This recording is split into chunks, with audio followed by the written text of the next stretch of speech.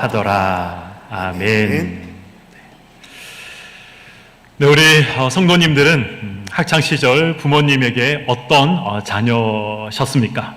말 잘 듣는 착한 자녀셨습니까? 아니면 부모님 속을 무척이나 썩이셨던 그러한 이 농땡이 자녀셨습니까?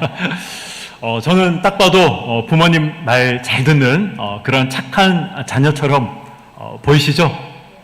네, 감사합니다. 네, 그렇게 봐주셔서 감사합니다. 근데 저도 생각해 보니까 부모님 속을 꽤나 썩였던 그러한 적이 많이 있었습니다.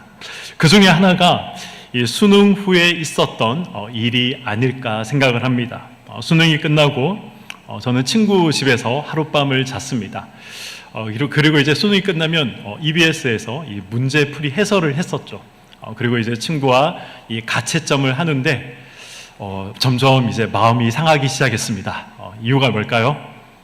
네, 제가 평소보다 이 점수가 너무 안 나오는 거였습니다. 그래서 집에 전화를 이제 드렸는데 아버지가 받으시더라고요. 아버지께 말씀드렸습니다. 아버지, 제가 내일 집에 안 들어가거나 혹시 밤늦게 들어가면 늦은 밤에 들어가면 제가 낙동강에 간 줄 아십시오. 제가 그렇게 말씀을 드렸습니다. 다음 날 제가 아버지께 이 말씀을 드린 사실을 정말 까맣게 잊어버리고 제가 집으로 가는 이 버스 안에서 그런 생각이 들더라고요. 그때는 이제 마음이 왠지 센치해지지 않습니까? 집에 왠지 걸어가고 싶었습니다. 빨리 이제 들어가고 싶은 마음이 조금 더 제가 없었거든요. 부모님께 죄송하기도 하고 들어가서 무슨 말을 제가 부모님께 말씀해야 될까 이것도 제가 잘 모르겠고 그래서 집에 걸어가자 그런 생각이 문득 들어서 제가 중간에 이제 버스에서 내렸습니다. 그렇게 집을 향해서 걸어갔더니 집에 도착을 하니까 밤 12시 정도 되었습니다. 4시간 넘게 제가 이제 걸어서 집을 갔더라고요. 당연히 이제 부모님이 주무시겠지라고 생각을 하고 집을 이렇게 봤는데 집에 불이 다 켜져 있는 것이었습니다. 왜 불이 다 켜져 있지? 왜 부모님이 안 주무시고 계실까? 그렇게 생각을 하고 집에 문을 열고 딱 들어갔는데 집에 난리가 난 것이었습니다.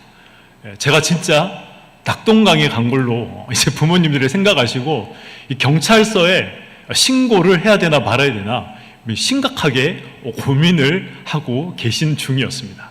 근데 제가 딱 집에 들어갔는데 이 부모님 표정이 갑자기 이 안도의 한숨과 함께 너무나도 표정이 이 밝아지시더라고요. 저는 아직도 그때의 이 아버지와 어머니의 표정을 저는 잊을 수가 없습니다. 오늘 이 예수님의 이야기 속에 나오는 아버지의 마음이 딱 그런 마음이었습니다. 방금 함께 읽은 이 성경 속의 이야기는 예수님을 믿지 않는 사람들에게도 너무나도 잘 알려진 그런 이야기입니다. 이 돌아온 탕자, 이런 이제 제목으로 잘 알려진 이야기죠.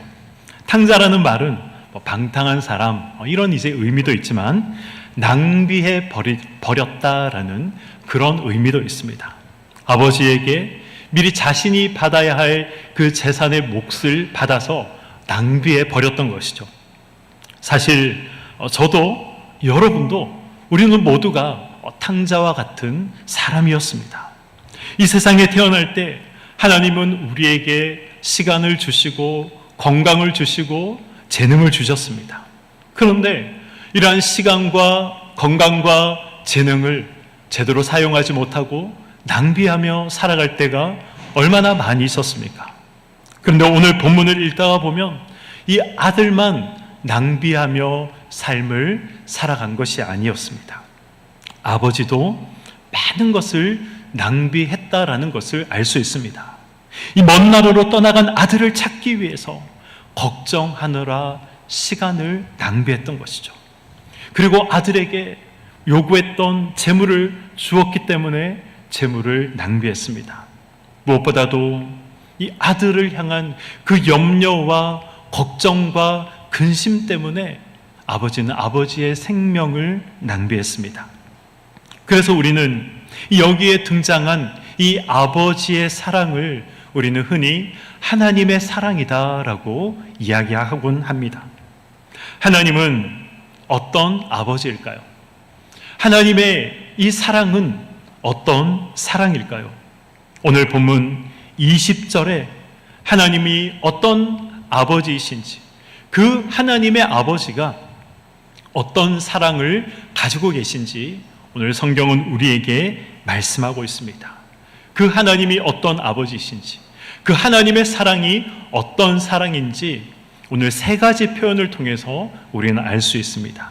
오늘 본문 20절의 말씀입니다. 이에 일어나서 아버지께로 돌아가니라.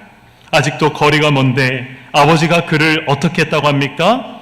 보고 측은히 여겨 봤다라고 되어 있습니다.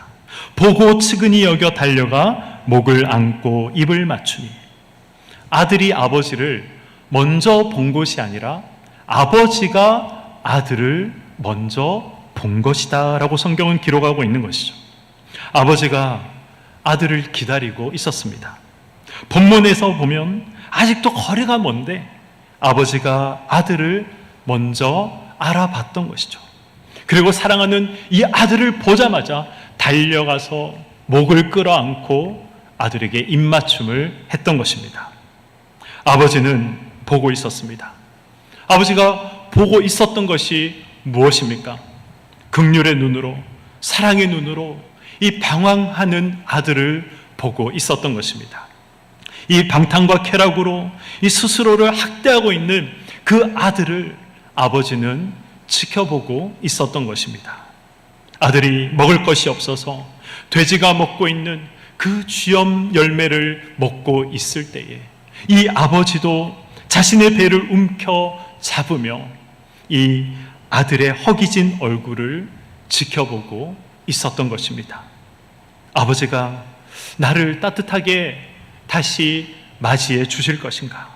그렇게 고민하며 주저하며 집을 향해 이 무거운 발걸음을 옮겨 나갈 때에 아버지는 이 아들의 초라한 행색을 지켜봤던 것입니다. 아버지의 이 눈은 항상 아들을 바라보고 있었던 것이죠. 이 아버지의 눈은 누구의 눈을 이야기하고 있는 것입니까? 하나님의 눈을 이야기하고 있는 것이죠. 저와 여러분을 향해 한시도 눈을 떼지 않고 계시는 하나님 아버지의 시선, 하나님 아버지의 눈을 상징하고 있는 것입니다. 하나님의 눈은 항상 우리를 향해 있는 것입니다. 하나님의 눈은 고단한 인생으로 잠 못 드는 그 밤에도 우리에게 머물러 있는 것입니다. 하나님의 눈은 우리가 다시 아버지께 돌아오기를 간절히 기다리는 그 기다림의 눈으로 우리를 지켜보고 있는 것입니다. 오늘 본문 20절에 보면 하나님이 또 어떤 하나님이시고 하나님의 사랑이 어떤 사랑인지 알 수 있는 두 번째 표현이 있습니다. 그것은 달려가다라는 말씀입니다.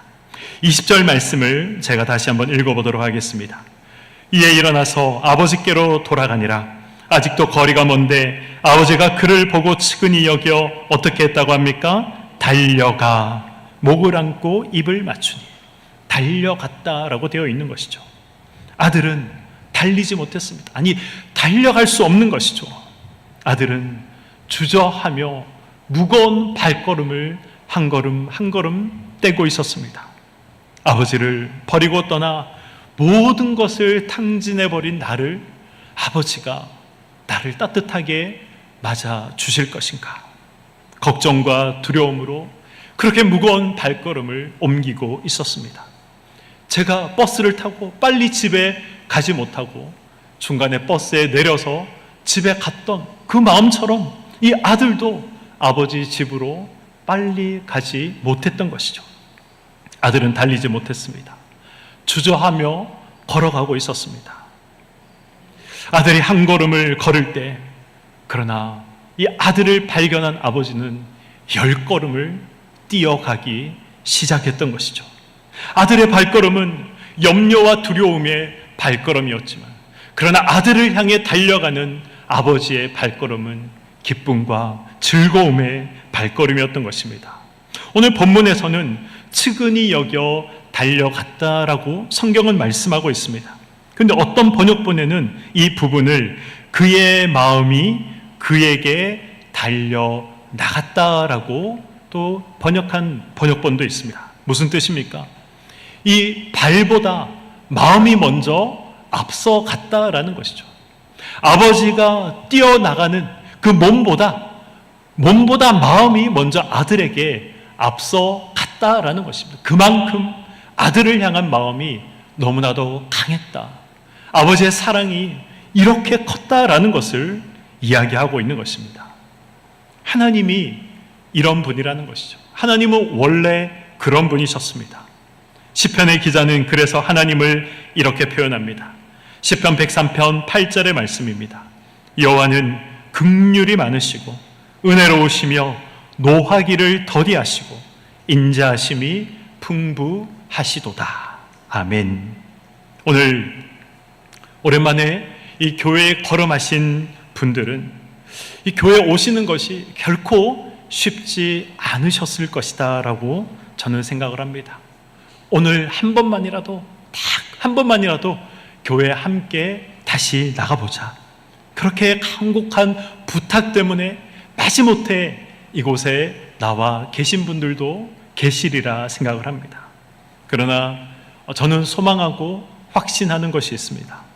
아버지가 아들을 사랑해서 달려 나갔던 것처럼 하나님을 뜨겁게 사랑해서 하나님을 향해 다시 달려 나오실 그날이 반드시 있을 것이라는 것을 저는 확신합니다. 왜냐하면 하나님께는 우연이 없기 때문에 그렇습니다. 우연히 그냥 이 자리에 나온 것이 아니라 하나님의 부름을 받아 이 자리에 나오셨기 때문에 저는 그렇게 확신할 수 있는 것입니다. 하나님과의 거리가 멀다고 느껴지십니까? 오늘 본문에 등장하는 둘째 아들 역시 아버지와의 거리가 너무나도 멀다 그렇게 느꼈습니다. 왜 그렇게 느꼈을까요? 확신이 없었기 때문에 그렇습니다. 아버지가 자기를 따뜻하게 맞이해 줄 것이다 라는 그 확신이 자기에게, 아들에게는 없었던 것이죠. 그래서 아버지께 돌아가는 발걸음이 너무나도 무겁게만 느껴졌던 것입니다. 그런데 눈에 익은 그림자가 달려오고 있었습니다. 달려오는 그 그림자는 누구의 그림자입니까? 아버지의 그림자였던 것이죠. 아버지가 달려오고 있었습니다. 저는 오늘 아침 여러분을 향해, 우리를 향해 달려오시는 하나님을 보시기를 간절히 소망합니다. 한없는 사랑으로 우리를 따뜻하게 안아줄 그 생각 하나로 하나님은 지금 우리에게 달려오고 계시는 것입니다. 오늘 본문 20절에 하나님은 어떤 아버지인지 알 수 있는 세 번째 표현이 있습니다. 그것은 입을 맞추다라는 표현입니다. 이에 일어나서 아버지께로 돌아가니라. 아직도 거리가 먼데 아버지가 그를 보고 측은히 여겨 달려가 목을 안고 입을 맞추니.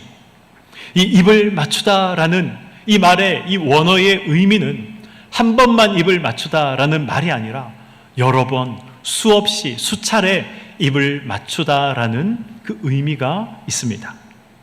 이 입맞춤의 의미는 무엇입니까? 아들을 향한 아버지의 넉넉한 용서의 표현인 것입니다. 21절에 아버지를 만난 아들이 어떤 말을 하게 됩니까? 21절의 말씀입니다. 아들이 이르되 아버지, 내가 하늘과 아버지께 죄를 지었사오니 지금부터는 아버지의 아들이라 일컬음을 감당하지 못하겠나이다 하나. 아들은 자신의 말을 다 하지 못했을 것입니다. 아버지는 그의 말을 가로막고 아들의 목을 끌어안고 아들의 입에 입을 맞추었습니다. 그리고 이야기합니다. 괜찮다 아들아, 내가 다 알고 있다. 내가 너를 용서한다.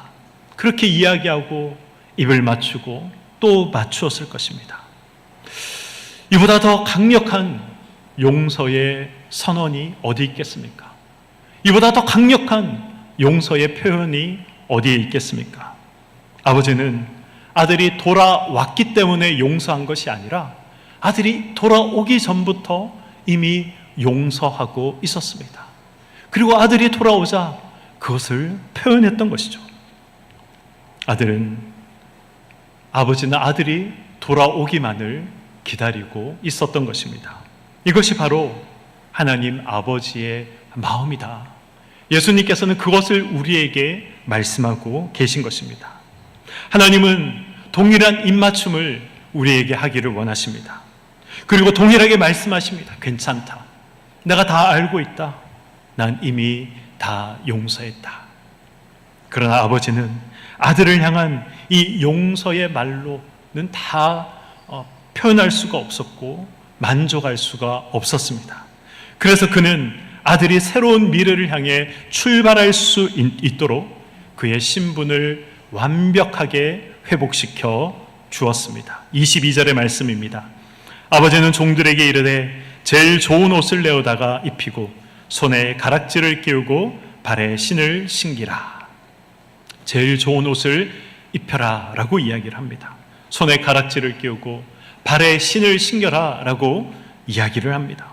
모두 새 출발을 위한 준비인 것이고 또 이 신분을 회복시켜주는 그러한 행동들인 것이고 표현들인 것입니다.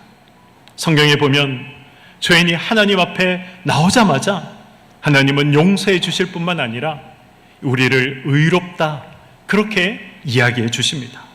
의의 그 옷을, 의의 예복을 하나님 앞에 나오자마자 바로 그 자리에서 입혀 주시는 것이죠. 그리고 결코 그 사랑에서 떨어질 수 없는 하나님의 자녀라는 것을 바로 그 자리에서 선포하시고 새 언약을 맺어주시는 것입니다. 그래서 우리의 새 삶은 환희의 잔치로 시작하게 되는 것입니다. 살린 송아지를 잡고 잔치의 자리에서 아버지는 모든 사람들 앞에 이렇게 선포하고 이야기합니다. 너는 죽었다가 다시 산 내 아들이다. 잃었다가 다시 찾은 내 아들이다. 그렇게 선포하게 되는 것입니다. 아버지의 이 선언을 듣고 싶지 않으십니까? 아버지의 이 사랑을 경험하고 싶지 않으십니까? 아마 이 자리에는 이 선언을 이미 들으신 분도 계시고 이 선언을 들으셔야 하는 분도 계시리라 생각을 합니다.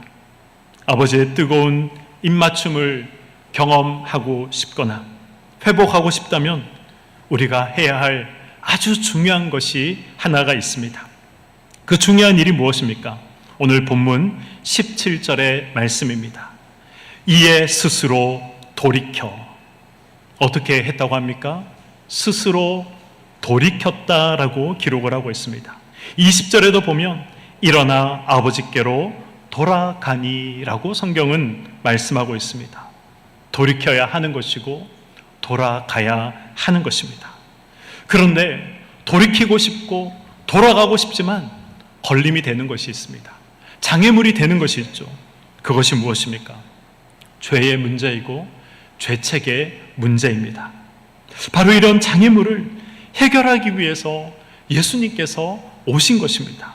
우리의 과거의 죄의 문제, 현재의 죄의 문제, 미래의 죄의 문제까지도 예수님께서 십자가에서 모두 다 해결해 주신 것입니다. 이 사실을 기억하시고 믿으시기 바랍니다. 제가 아는 집사님 한 분이 계십니다. 정말 열심히 신앙생활을 하셨습니다. 그런데 교회에서 열심히 신앙생활을 하고 봉사를 하다가 보면 일 때문에 상처받는 게 있고 사람과의 관계 때문에 또 상처받는 게 있습니다. 이 집사님도 그래서 많은 상처를 받으셔서 그래서 교회를 떠나셨습니다. 저희 집사님을 만날 때마다 집사님 다시 교회 가셔야죠. 집사님 다시 신앙생활 하셔야죠. 그렇게 말씀을 드리면 집사님이 그러세요. 네, 그래야죠 목사님. 이제 사람에게 받은 상처 그리고 교회 일 때문에 받은 상처 그런 것들은 더 이상 문제가 되지 않습니다. 저희의 가장 큰 문제는 하나님께 죄송해서 교회 갈 수 없다는 것이 문제입니다. 저한테 그렇게 말씀을 하셨습니다. 괜찮습니다. 하나님께 돌이켜 돌아가시면 됩니다. 하나님께서 원하시는 것이 그것인 것이죠. 그것을 하나님이 가장 원하시는 것입니다. 그러면 달려와서 우리를 껴안고 입을 맞추고 괜찮다, 잘했다, 사랑한다, 그렇게 우리에게 말씀하시는 분이 하나님 아버지이신 것입니다. 하나님은 지금 우리의 고백받기를 원하십니다. 제가 하나님 아버지의 마음을 몰랐습니다. 하나님 아버지를 잠시 떠나 살아왔습니다. 다시 아버지 집으로 돌아가고 싶습니다. 아들의 돌이킴이 아들의 삶을 새롭게 했듯이 오늘 우리의 돌이킴이 우리의 삶을 새롭게 하고 하나님의 사랑이 우리의 삶을 새롭게 할 것입니다. 우리가 돌아올 때 살아계신 하나님은 우리를 그의 넉넉한 사랑의 품 안에 안아 주시는 것입니다. 하나님의 부르심에는 우연이 없습니다. 이 자리에 앉아 있는 그 누구도 우연히 이 자리에 앉아 있는 것이 아닙니다. 다 하나님의 부르심이 있기 때문에 저도 이 자리에 있는 것이고 우리 모두가 이 자리에 앉아 있는 것입니다. 오늘 이 부름과 이 돌이킴의 자리에 우연히 나온 것이 아니라는 것을 기억하시기 바랍니다. 이 부름에 응답하시고 돌이키셔서 다시 하나님께로 나오시는 그런 복된 인생을 계속해서 살아가시는 우리 교회 모든 성도님들이 되시기를